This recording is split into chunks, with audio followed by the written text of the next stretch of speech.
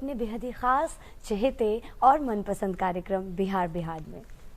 नमस्कार है, wonderful morning. बहुत खूबसूरत बात कही तुमने पूजा कि सुबह तमाम दर्शकों का तुम स्वागत कर रही हो तुम्हारी प्यारी सी स्माइल से।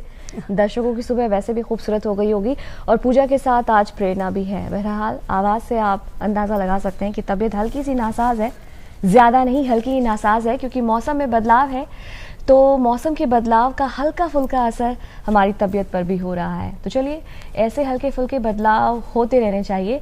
स्वागत करती हूँ आप तमाम दर्शकों का आपके अपने खास morning live show Bihar Bihar में। और आज की सुबह की शुरुआत हो चुकी है, हमारे साथ पूजा भी है। मैं पूजा से चाहूँगी कि सबसे पहले एक अच्छा सा विचार साझा करो हमारे दर्शकों के साथ। दर्शकों, मुझे ऐसा लगता है हर एक शख्स जो है ना, हम या आप, हम किसी न किसी महापुरुष के पद चिन्हों पर चलने की कोशिश करते हैं और तभी उनके जो सोच होते हैं ना, उनके जो विचार होते हैं, उनको अपने जहन में हमेशा रखने की कोशिश करते हैं। और बिहार बिहार जो कार्यक्रम है वो भी आपके बेहतर भविष्य की कामना हर रोज़ करता है और तभी तो आपके लिए हर रोज़ हम एक बेहतरीन विचार लेकर प्रस्तुत हो जाते हैं। तो चलिए देखते हैं आज का हमारा ये पहला सेगमेंट, आज का विचार।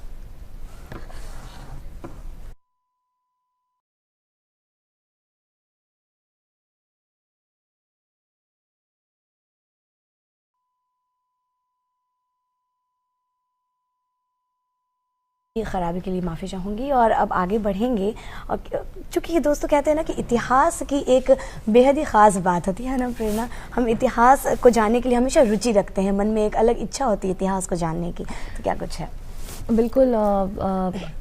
हम आज के अगर इतिहास की चर्चा करें तो आज के इतिहास के बारे में बताना चाहूँगी कि 1982 में भूदान आंदोलन का आधार रखने वाले आचार्य विनायक नरहरि भावे उर्फ विनोबा भावे का निधन आज ही के दिन हुआ था। आज उनकी पुण्यतिथि है, उन्हें श्रद्धापूर्ण श्रद्धांजलि नमन। और आपको बता दूं कि 1986 में देश की महिला प्रसिद्ध टेनिस खिलाड़ी सानिया मिर्ज़ा का जन्म हुआ था और आज उनका जन्मदिन है। तो बहुत सारी बधाई और शुभकामनाएं उन्हें हमारे टीम की ओर से।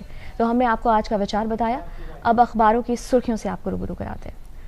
जी हाँ दोस्तों, तो अभी भी आपने देखा कि आज के इतिहास में क्या कुछ खास हुआ था, लेकिन जब बात होती है विचारों की तो हम रुक नहीं पाते। तो चलिए एक बार फिर से आपको मैं दिखा दूं क्या कुछ है आज के हमारे विचार की खासियत में। चलिए देखते हैं आज का विचार।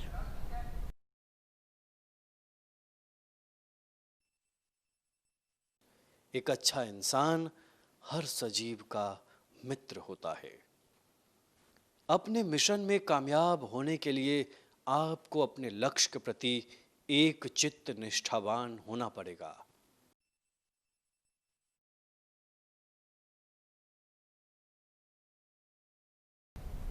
एक बार फिर से स्वागत करती हूँ और उम्मीद करती हूँ आज के इस विचार से कई सकारात्मक सोच आपके जहन में ज़रूर आई होगी दोस्तों। लेकिन अब बात करेंगे उन समाचारों की जिनका सीधा सीधा सरोकार हमसे और आपसे होता है। तो पहली जो न्यूज़ मैं आपके लिए लेकर आई हूँ वो है कि जेपी सेतु पर 20 नवंबर से रात में ट्रक चलनी शुरू हो जाएगी और इसके साथ ही साथ चारों पीपा पुल 20 नवंबर से शुरू कर दिए जाएंगे।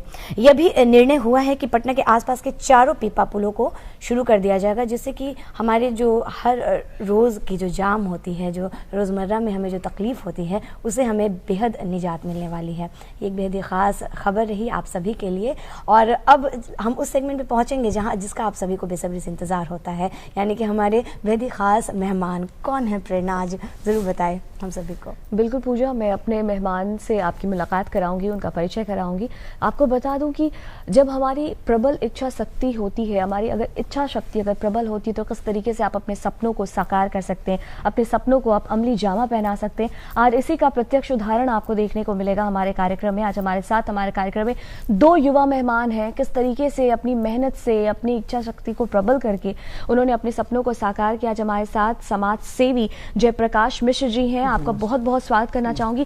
बहुत ही रोचक और दिलचस्प होने वाली आपसे हमारी बातचीत। साथ ही साथ आज हमारे दूसरे जो मेहमान हैं युवा हैं, यूथ हैं, एक फूड ब्लॉगर हैं, शिवम कश्यप। आपका भी बहुत बहुत स्वागत करना चाहूंगी शिवम, हमारे खास कार्यक्रम बिहार बिहार में ही। बहुत बहुत स्वागत है आप दोनों का हमारे बिहार बिहान कार्यक्रम में। और मुझे ऐसा लगता है कि आप दो जब यहाँ मौजूद हैं तो कई सारी दिलचस्प बातें तो होंगी और कई सारी मुझे लग रहा है कि आप इन्फॉर्मेशंस भी देंगे हम बिहार वासियों के लिए, युवा वर्ग के लिए खासकर अगर हम बात करें। तो सबसे पहले मैं चाहूँगी कि मैं आपसे जानूँ जयप्रकाश जी कि आपने 2015 तक 25,000 किताबें इकट्ठा की थी और सारी की सारी किताबें पुरानी थी। तो इसके पीछे की क्या एक रोचक कहानी रही है, उसके बारे में जरूर शुरुआत आप करें, उसी से शुरुआत करें, बताएं।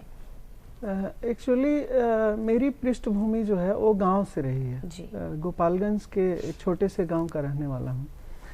तो मेरी पूरी जो पढ़ाई है, स्कूल एजुकेशन और कॉलेज, वो गोपालगंज से हुआ है।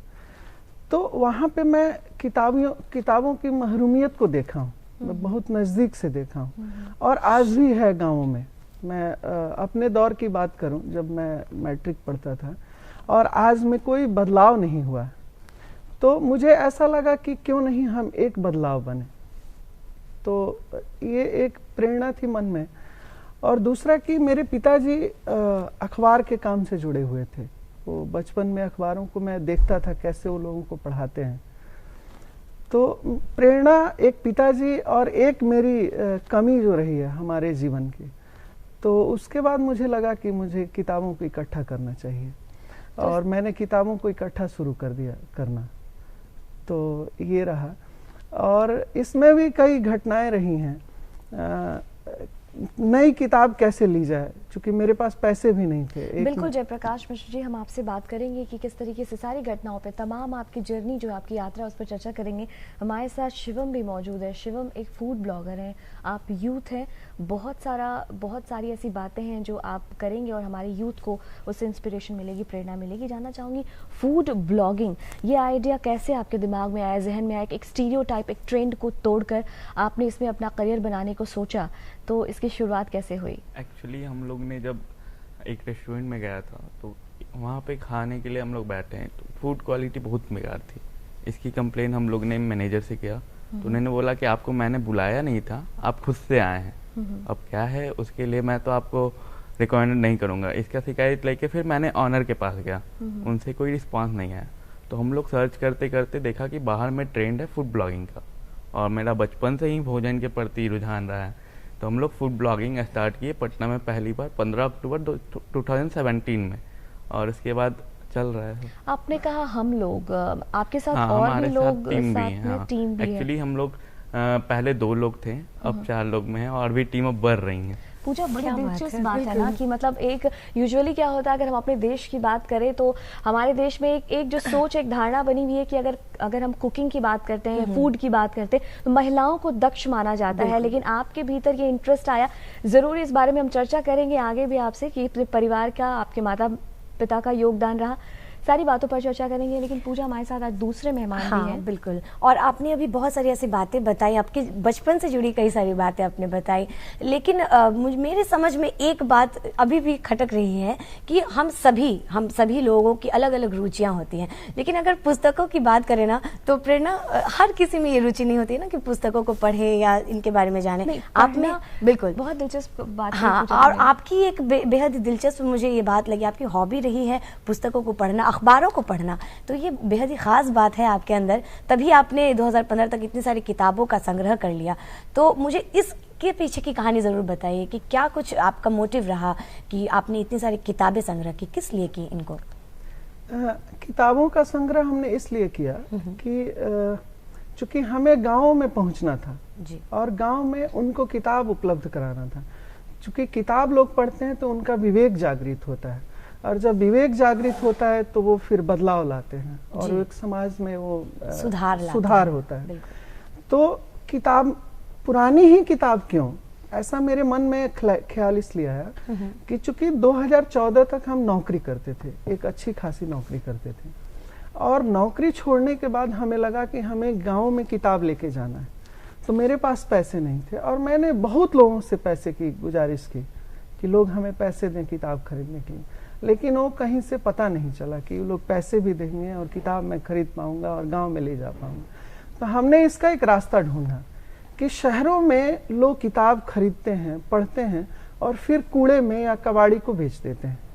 तो मैंने सोचा कि पुस्तकें तो पुरानी नहीं होती हैं, पाठक पुराने होते हैं। जी, बिल्कुल सही बात तो कही। वो हमने पुरानी किताबों का संग्रह स्टार्ट किया। मैं घर घर भी जाता था, रविवार शनिवार अपनी जीविका को छोड़ के फिर घर घर लोगों के यहाँ इकट्ठा करता था।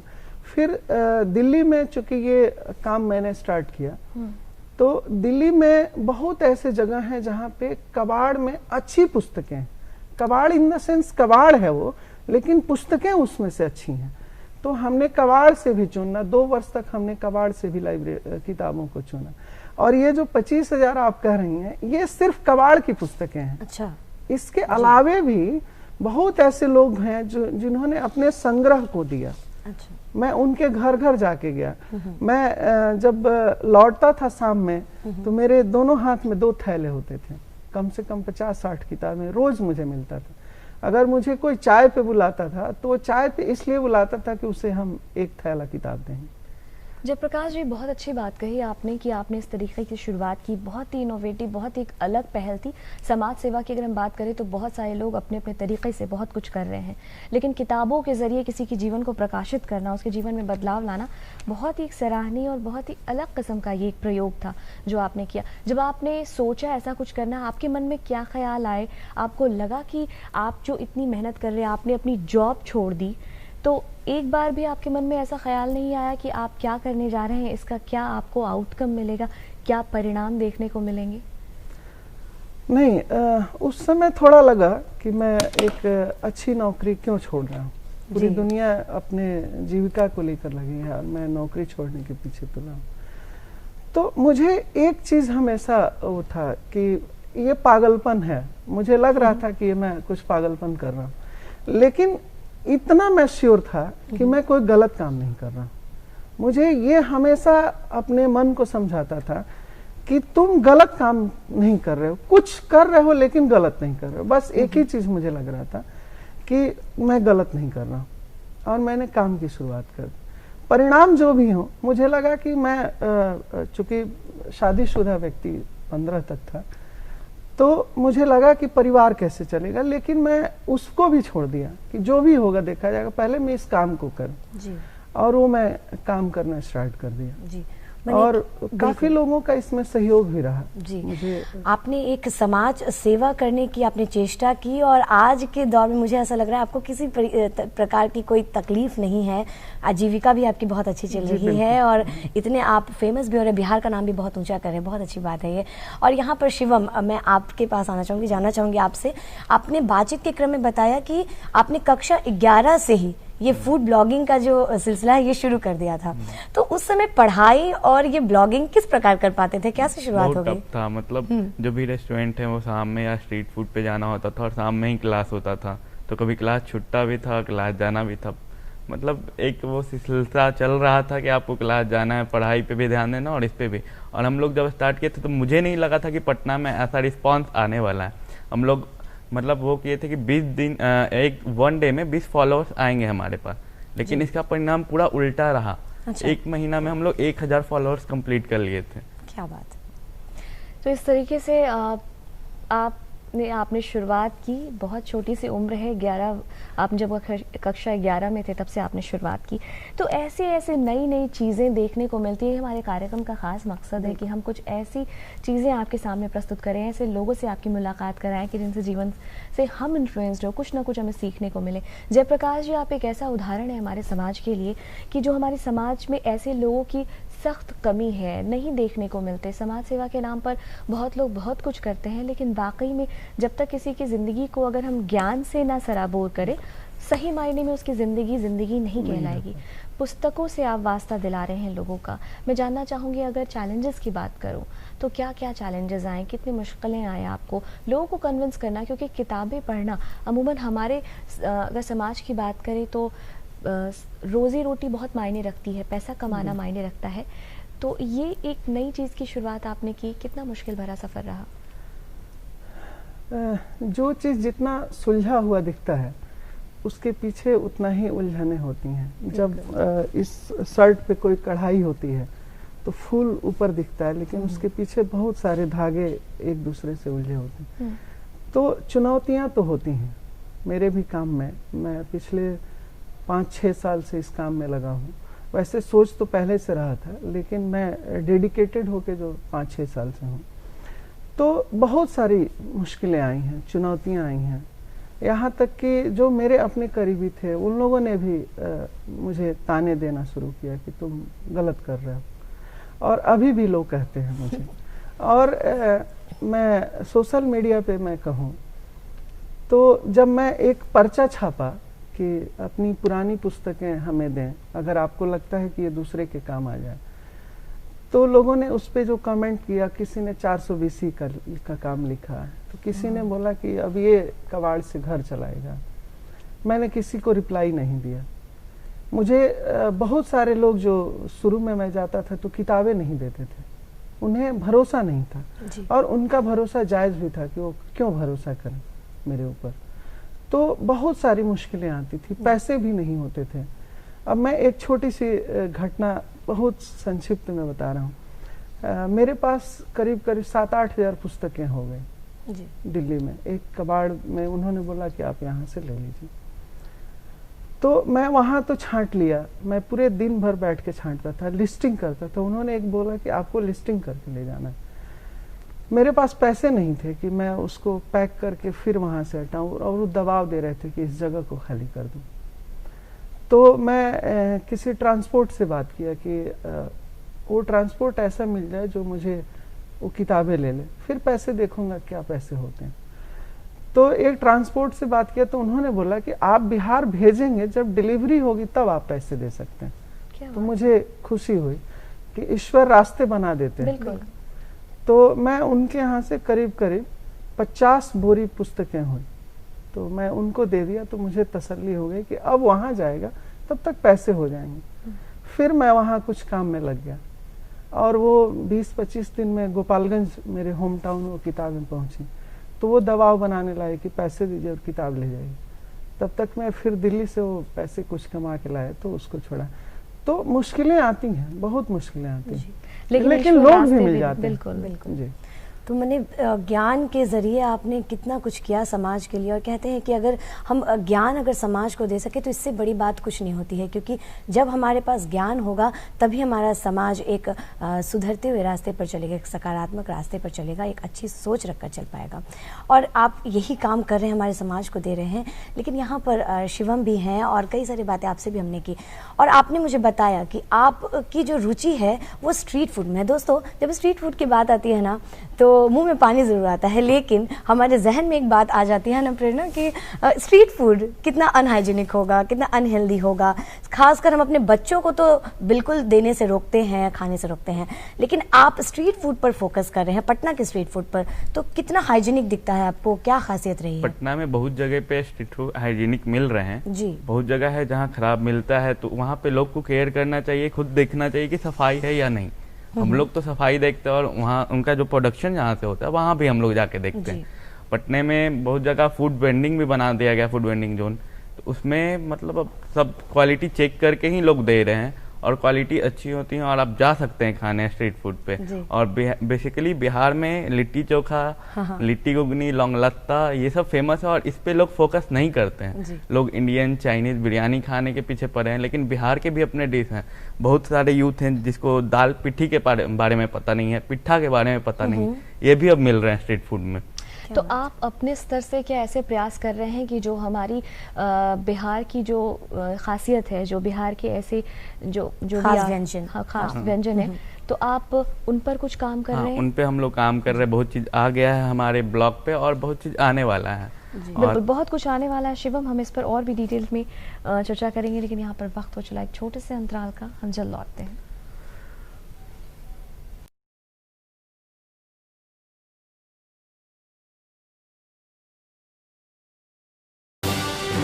मन की बात। माननीय प्रधानमंत्री श्री नरेंद्र मोदी भारत की जनता से साझा करेंगे अपने मन की बात रविवार 24 नवंबर सुबह 11 बजे। आकाशवाणी के सभी केंद्र, सभी चैनल इसे प्रसारित करेंगे एक साथ ही इसका प्रसारण दूरदर्शन के national news, DD Bharati, DD India, DD Urdu और डीडी किसान चैनल पर भी किया जाएगा। तो याद रखें, रविवार 24 नवंबर सुबह 11 बजे मन की बात। पाटलिपुत्र के गलियारे से, जिसमें आप देखेंगे गौरवशाली पाटलिपुत्र के अलग अलग रंग, अलग नजरिए के संग। शनिवार सुबह 6:30 से 7 बजे तक सिर्फ डीडी बिहार पर।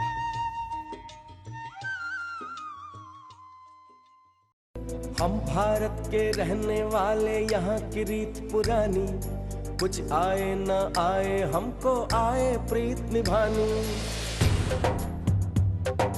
यही ओम यही जय जगदीश करते हैं मनमानी, गंगा जमुना सरस्वती में होती खींचातानी। थोड़ी हम में होशियारी है, थोड़ी है नादानी, थोड़ी है सच्चाई हमें थोड़ी बेईमानी। दिल है फिर भी हिंदुस्तानी, दिल है फिर भी हिंदुस्तानी, दिल है फिर भी हिंदुस्तानी। देखिए शनिवार और रविवार रात 9 बजे सिर्फ डीडी नेशनल पर, इंडिया का अपना चैनल।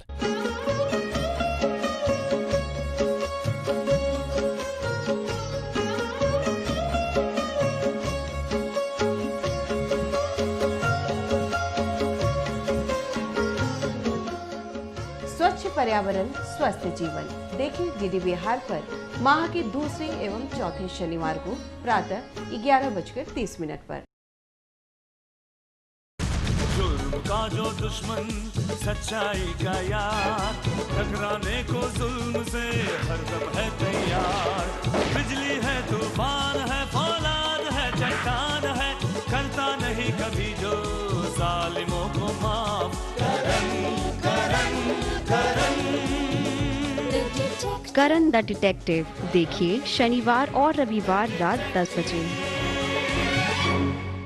सिर्फ डीडी नेशनल पर, इंडिया का अपना चैनल। डीडी बिहार पर कार्यक्रमों की विविधता इतनी ज़्यादा है कि मैं हर दिन जिधर भी रहूं, जहां भी रहूं, मैं ज़रूर देखती हूं डीडी बिहार। और मैं आप लोगों को भी कहना चाहूंगी कि युवाओं की बात हो, स्वास्थ्य की बात हो, मनोरंजन की बात हो या महिलाओं की बात हो, और आप उसे देख सकते हैं हर दिन, तो ज़रूर देखें डीडी बिहार।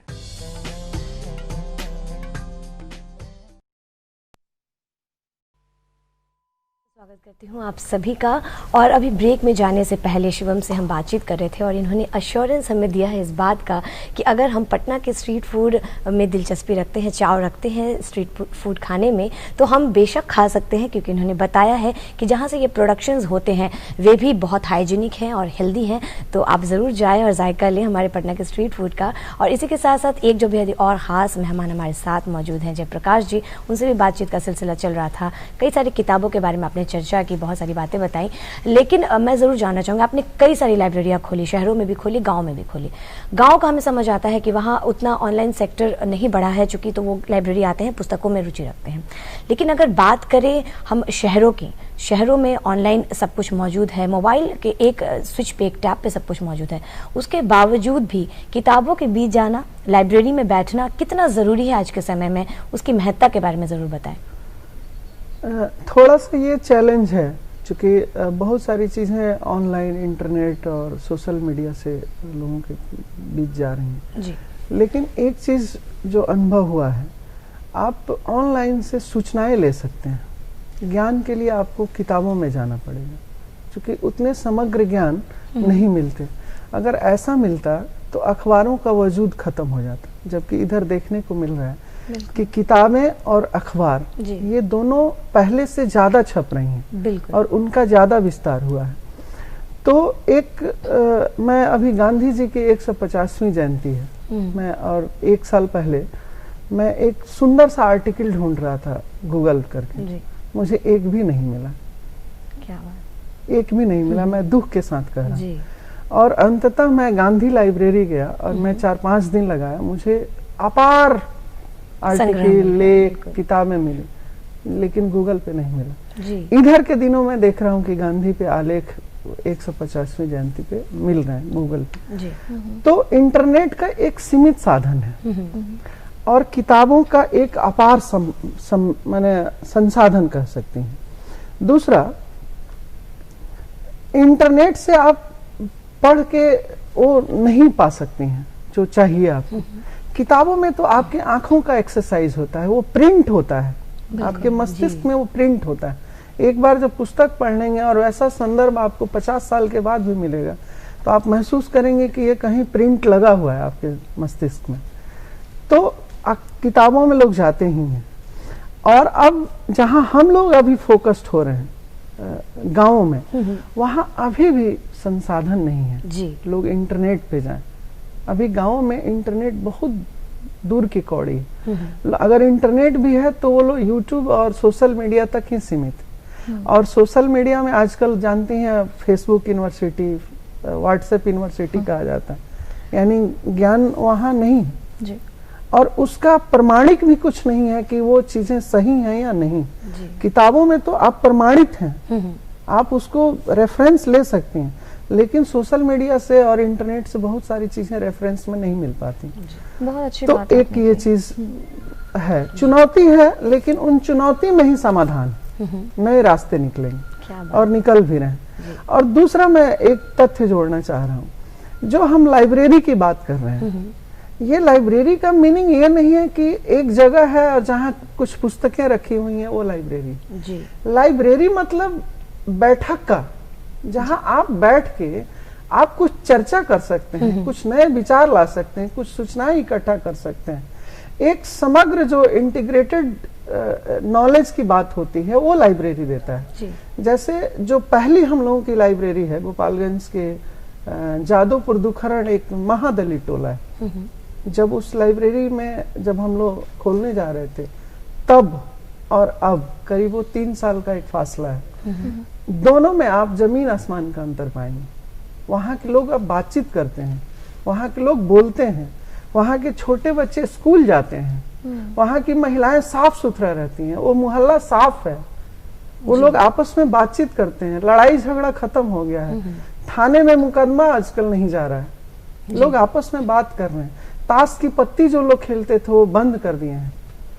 तो ये एक बदलाव होता है। और बहुत सारी चीजें, लाइब्रेरी का मीनिंग नहीं किताबें रखी गई, यहाँ तक कि वहाँ लोग आपस में जब खाली बैठते थे तो लड़ते थे। आजकल महिलाएं दोपहर में आके जो नहीं पढ़ी लिखी होती वो अपने बेटे से बोलती हैं कि तुम एक किताब पढ़ाओ मुझे, तुम बाँचो और मैं सुनती हूँ। क्या बात है, बहुत ही खूबसूरत। तो ये चीज है। वहाँ जो युवाओं की टीम है, मैं जब शुरू में गया था तो वो लोग मुझसे लगता था कि वो मार कर लेंगे, मुझे वो गांव में घुसने नहीं देंगे। आज मैं जब जाता हूँ तो लगता है कि मैं उनका मेहमान पहुंचा हूँ। कहीं से इधर से खाना आता है, कहीं और मेरे साथ ही नहीं, आप भी जब उस गांव में जाएंगे तो आपको दूसरे गांवों से अलग चीज महसूस होगी।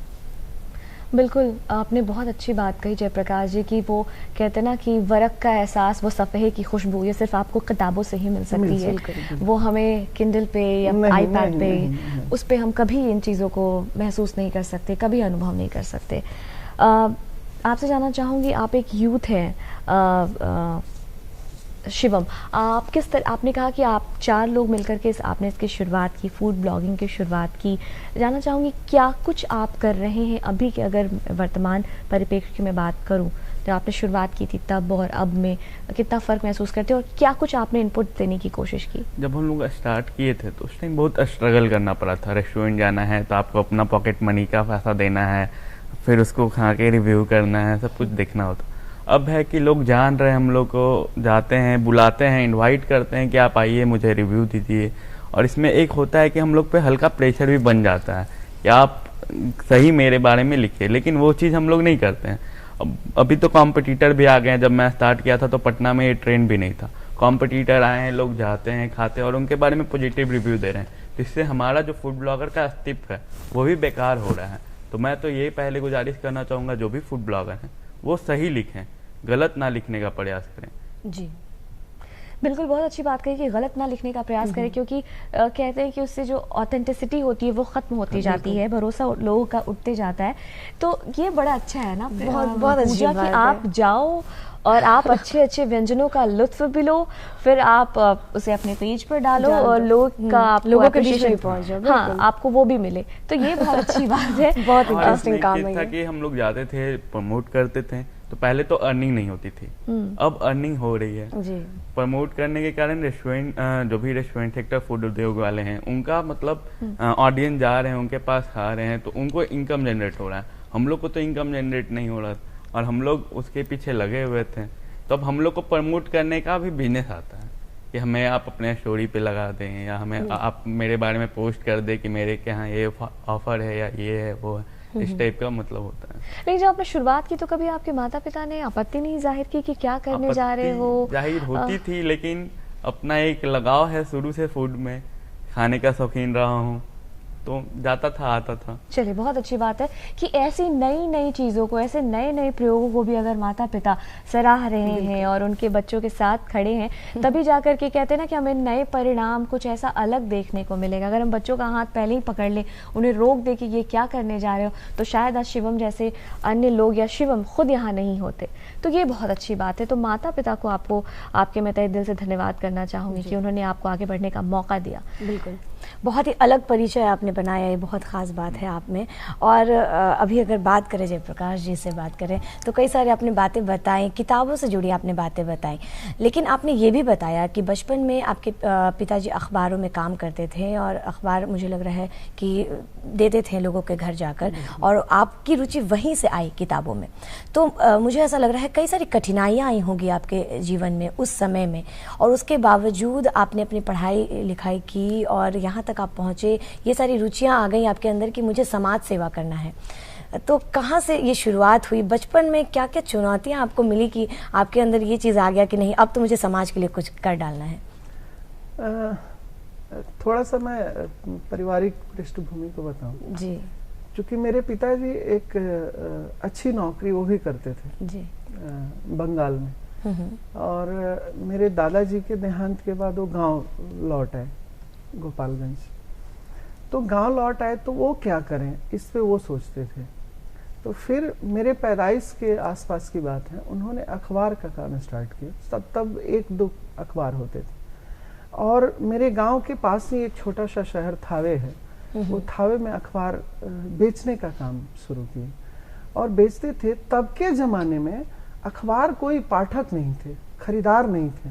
पिताजी बताते हैं कि वो 5 अखबारें आती थी, नवभारत टाइम्स और धर्मयुग और उस समय की अखबार, और उस 5 में से 2 ही अखबार बिकता था। एक वहाँ ट्रेनिंग कॉलेज था और एक स्टेशन मास्टर लेते थे, रेलवे स्टेशन मास्टर। 3 अखबार वो बैग लेके चले जाते थे, घर लेके आ जाते थे। तो रास्ते में कहीं कहीं किसी को दे देते थे कि आप इसको पढ़ लीजिए, फिर हम रिटर्न कर देंगे, क्योंकि मुझे रिटर्न करना ही। तो पिताजी उस काम को करते थे और हमें गांव से शहर लेके जाते थे कि तुम पढ़ो, अपने ही साथ लेके जा। तो पिताजी और माता पिता का गुण मुझे लगता है कि बच्चों में भी आता है। बिल्कुल। और मैं पिताजी के साथ साइकिल पे जाता था, साइकिल से आता था, और हो सकता है अभी मुझे पता चलता है कि कहीं ना कहीं माइन्यूटली मैं उसको ऑब्जर्व करता होऊंगा उस समय। बिल्कुल। मेरा मन करता होगा। उसके पिताजी ने हमें पढ़ाया लिखाया। मैं मास्टर डिग्री किया मास कॉम जर्नलिज्म में, यही पटना से ही मैं किया हूँ। और करने के बाद पत्रकारिता में मैं अपने को करियर बनाया जी। तो उसके बाद कहीं ना कहीं मुझे लग रहा है कि बचपन से ही ये रहा होगा कि मैं समाधान बनूं, समस्या नहीं। समस्या तो पता है, सबको पता है, आपको भी, मुझे भी, दर्शक को भी पता है, लेकिन मुझे लगा कि नहीं, समस्या नहीं, हम समाधान के लिए कोशिश करें। और हम चूंकि वो बचपन से चीजों को देख रहे थे कि गांव में, मैं आपको बताऊं कि मैं दिल्ली में जब गया तो पहली बार पता चला कि किताबों का जखीरा होता है और उसको लाइब्रेरी कहते हैं। जितनी किताबें, मैं तो हमारे गोपालगंज में ऐसी व्यवस्था कहीं नहीं थी, और स्कूलों में भी इस तरह का कोई किताब का, लाइब्रेरी का कॉन्सेप्ट नहीं था। आजकल नए जमाने में स्कूलों में भी लाइब्रेरी का कॉन्सेप्ट है। तो जब मैं दिल्ली गया तब मुझे पता चला कि किताबों की भी एक दुनिया होती है। आपको शिक्षक नहीं मिले तो किताब भी एक शिक्षक के रूप में आपकी जिंदगी को निखार सकता है। बिल्कुल, आपने बहुत अच्छी बात कही कि किताबों की भी एक दुनिया होती है, उस दुनिया को हम लाइब्रेरी कहते हैं। आपने ये कहा कि आप समस्या नहीं समाधान बनना चाहते हैं, तो हर समस्या का समाधान है ज्ञान, नॉलेज, और नॉलेज और ज्ञान हमें किताबों से मिलता है, और आप उसी का प्रचार और प्रसार कर रहे हैं। हमारी बातचीत का, दिलचस्प बातचीत का सिलसिला यूं ही जारी रहेगा, लेकिन यहाँ पर वक्त हो जाए एक छोटे से अंतराल का, हम जल्द लौटते हैं। छोटे से ब्रेक के बाद आपका एक बार पुनः स्वागत है। कार्यक्रम में बातचीत हो रही है दो खास मेहमान से। दोनों ही युवा हैं और दोनों ही अपने अपने स्तर से समाज में कुछ नया करने की, कुछ नया प्रयोग करने की कोशिश कर रहे हैं। पूजा, बहुत ही दिलचस्प बातें हो रही है। हमारे साथ एक समाज सेवी है और एक यूथ है, युवा है जो फूड ब्लॉगिंग करते हैं। बहुत सारी बातें इन्होंने बताई, लेकिन हमारे जहन में भी बहुत सारे सवाल आ चुके हैं अब तक, क्योंकि आपने बताया हम सभी दोस्तों अपने जिंदगी को चलाने के लिए, गुजर बसर के लिए कुछ ना कुछ कमाते जरूर हैं, कुछ ना कुछ काम करते हैं, और उन्हीं कमाई से, उन्हीं से बचाकर हम चाहते हैं कि अपने समाज को भी कुछ दे सके। लेकिन जयप्रकाश जी से जब हमने बात की, आपने बताया कि आपने किताबों के बीच अपनी पूरी ज़िंदगी गुजारी और लाइब्रेरीज़ खोली जिनमें आपने मुफ्त में लोगों को पढ़ने का मौका दिया, एक माहौल बनाने का मौका दिया ताकि वहाँ वो बैठें और कई सारी बातें करें, नॉलेजेबल चीज़ों को शेयर करें एक दूसरे के भीतर, और बहुत सारे बदलाव आए। लेकिन यहाँ पर मैं ज़रूर जानना चाहूँगी, कई सारी लाइब्रेरीज़ आपने खोली, तो वहाँ पर जो भी इक्विपमेंट्स है, जो भी संसाधन आपके पास आते हैं, वो किस प्रकार आप मुहैया करा पाते हैं, और क्या कुछ आपके जीविका का क्या कुछ साधन रहा, इसके बीच में कैसे आप सब कुछ मैनेज कर पाते हैं, इसके बारे में बताएं। चूँकि सामाजिक क्षेत्र में काम करना और जीविका चलाना दोनों मुश्किल है, दोनों का तारतम्य में बैठाना एक मुश्किल चुनौती भी होता है। फिर भी एक तो सबसे पहली बात कि मुझे ऐसा महसूस होता है कि मुझे सर्वाइवल से ज़्यादा पैसे भी नहीं चाहिए। मेरी जीविका चल जाए, रोटी और कपड़ा और एक मकान चल जाए, इससे ज़्यादा चाहिए भी नहीं, क्योंकि कोई इससे ज़्यादा लेके जाता भी नहीं, सब यहीं छोड़ देता है। तो एक तो ये काम है, तो ये कंप्लीट वॉलंटरी है, इसमें ना पैसा आता है ना जाता है, और मेरे साथ जितने लोग जुड़े हुए हैं वो सब भी लोग भी वॉलंटरी वर्क करते हैं। मैं भी इसमें कहीं कोई पैसे की गुंजाइश नहीं। दूसरा, मेरी जीविका का बात है, तो जीविका के लिए मेरे हाथ में कलम का एक हुनर है, जो मैं लेखन का काम करता हूँ, और मैं उस लेखन से मेरी जीविका चलती है, मैं कंप्लीट उसमें काम करता हूँ। और बीच में मेरे पास्ट को देखेंगे तो मैं 6-6 महीने, साल भर की नौकरी भी करता हूँ बीच में, कभी 3 महीने की कोई नौकरी किया, या प्रोजेक्ट बेस्ड कोई नौकरी किया, या लेखन का काम किया। तो इससे मेरी जीविका चलती है, क्योंकि सर्वाइवल ही चाहिए, उससे ज़्यादा चाहिए नहीं। अब रही बात कि संसाधन कैसे आते हैं, तो इसके कई स्टेप हैं। ये काम मैं एक्सपर्ट नहीं हूँ, मैं लाइब्रेरी साइंस का स्टूडेंट नहीं रहा हूँ। ये काम ही काम को सिखाता है। मुझे लगता है ये काम किया, जैसे मैंने ट्रांसपोर्ट को भेजा, फिर पैसे आए तो छुड़ाया, तो फिर उसको दूसरी जगह ले गया। तो इसी तरह स्टेप बाय स्टेप जब काम करते हैं तो चीज़ें रास्ते बनते हैं। जैसे हम पहले किताबों को इकट्ठा करते हैं शहरों से, गाँव में किताब नहीं है, और एक कॉन्सेप्ट हम लोग लाते हैं कि शहरों का कचरा जो है, शहरों का कबाड़ जो है, वो गांव के लिए आज भी एसेट है।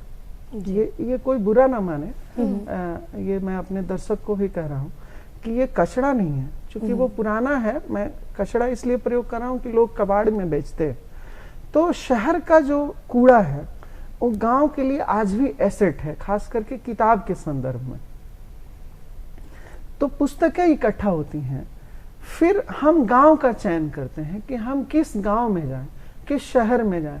तो सोशल मीडिया आजकल इसमें थोड़ा सपोर्ट कर रहा है हम लोगों को। सोशल मीडिया से बहुत सारे लोग मिलते हैं जो बुलाते हैं कि मेरे गांव आप आ जाइए, मेरे शहर में आ जाइए, मेरे गांव में ये व्यवस्था है। तो हम नेक्स्ट स्टेप आता है कि उस गांव में जाएं। तो जो हमें गांव बुलाता है वो जगह भी मुहैया कराता है। तो गाँव में सरकारी भवन अभी उपलब्ध है जिसका कोई उपयोग नहीं है। जैसे जो पहली लाइब्रेरी हम लोगों की जादूपुर दुखहरण गोपालगंज के गांव में है, वह एक सामुदायिक भवन था महादलित टोले में। लोग भेड़ बकरी और ताश और गलत काम वहां करते थे। उस जगह पे अब रौनक और एक ज्ञान का मंदिर खुला हुआ। वो गांव के लोगों ने एक्सेप्ट किया है और गांव के लोगों ने ही दिया है उसे। जी। दूसरा चीज कि इसमें हम लोग लाइब्रेरी खोल के अपने हाथ में नहीं रखते हैं। जिस दिन लाइब्रेरी खुला हम वहाँ के गांव को वो डोनेट कर देते हैं, हमारा वास्ता खत्म हो जाता है वहां से। अच्छा। हमारा कनेक्शन इतना ही रहता है कि एक माँ और पुत्र का जो रिश्ता होता है कि जन्म देने के बाद पुत्र का अपना कर्म होता है, लेकिन एक संबंध रहता है। उसी तरीके से लाइब्रेरी खोलने के बाद हमारी जिम्मेवारी खत्म, वो हमारा कोई उस पर अधिकार नहीं होता। तो उसके बाद अगर आपने लाइब्रेरी खोल दी और फिर वहां पर अगर कोई नई किताबें या कुछ नई चीज नए प्रयोग करने हैं तो फिर ये कौन करता है? वो संबंध रहता है, जैसे माँ और बेटे का संबंध है। बेटे को कुछ हुआ तो जी, बेटे को कुछ हुआ तो माँ को दर्द होता है। जी बिल्कुल, यानी कि एक संबंध बना रहता है, लेकिन आप अधिकार हमारा, अधिकार आपका नहीं रहता, स्वतंत्र वो आपने छोड़ दिया। बिल्कुल। दूसरा मैं और मेंशन करना चाह रहा हूँ, वो संसाधन की बात है तो गांव में जगह मिलता है, फिर इंफ्रास्ट्रक्चर की बात आती है। तो इंफ्रास्ट्रक्चर देने के लिए बहुत सारे लोग आगे भी आते हैं। अगर नहीं भी आगे आए तो हम लोग पैसे इकट्ठा करके अपने पास से और लोहा खरीदते हैं, लकड़ी खरीदते हैं और वहाँ के नजदीक के ITI को दे देते हैं। वहाँ के बच्चे उस पर प्रैक्टिकल करते हैं, वो गरीब घर के बच्चे होते हैं और प्रैक्टिकल करके वो इंफ्रास्ट्रक्चर भी बनाते हैं। यानी कि आप लोगों का साथ दे रहे हैं, लोगों को आपका साथ मिल रहा है और इसी तरीके से ये सिलसिला चलता जा रहा है और इसमें आपको कामयाबी भी मिलती जा रही है। पूजा, हमारी बातचीत का सिलसिला जारी रहेगा, लेकिन कार्यक्रम में थोड़ा सा एक मोड़ देने का वक्त आया है जहाँ पर हम आपको सुनाते हैं खूबसूरत सा गीत। तो आइए चलिए आप और हम एंजॉय करते हैं सुरीले नगमे।